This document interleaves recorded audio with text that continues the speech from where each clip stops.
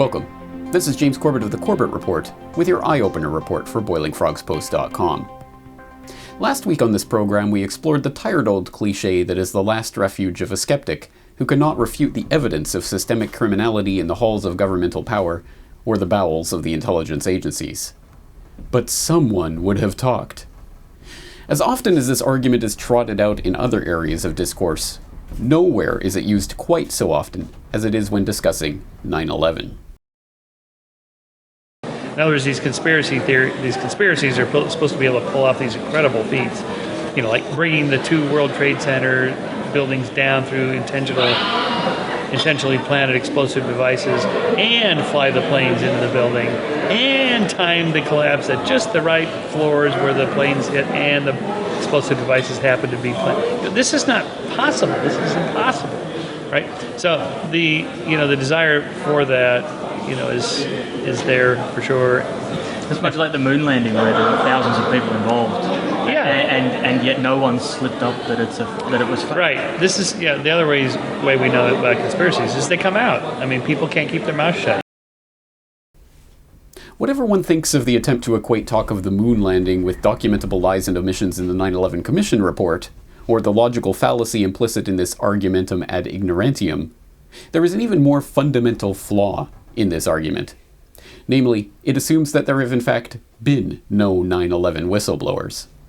On the contrary, there have been literally dozens of whistleblowers from within the intelligence agencies, government, and the private business world who have been utterly ignored by the self-proclaimed skeptics and the corporate and foundation-funded media who realize that this is the biggest Achilles heel of the official 9/11 story.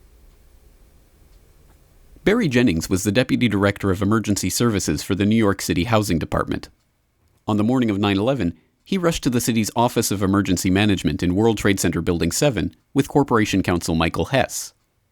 Discovering the office had been abandoned, they attempted to flee the building, but were stuck in the stairwell after a series of explosions.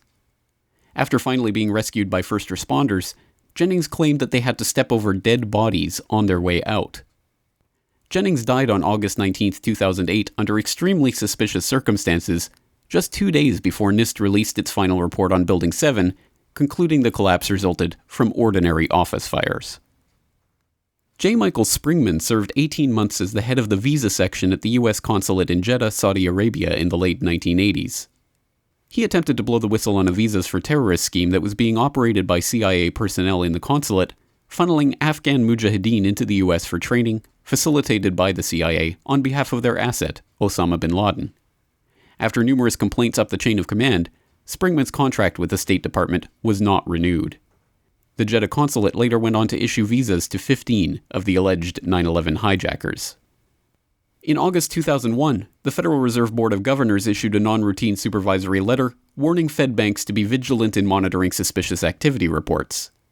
At the same time, the United States economy was experiencing its largest June to August spike in M1 money supply since 1947, with more than $5 billion being added to the currency in circulation over that period. Piecing this information together at the Federal Reserve Bank of Chicago 2 years later, economist Bill Bergman wondered if the sudden infusion of currency might have been an indicator of foreknowledge of the 9/11 attacks. When Bergman wrote to the Board of Governors to ask for clarification as to why they had issued their supervisory letter, he was told that he had committed an egregious breach of protocol in calling the board staff and asking the question.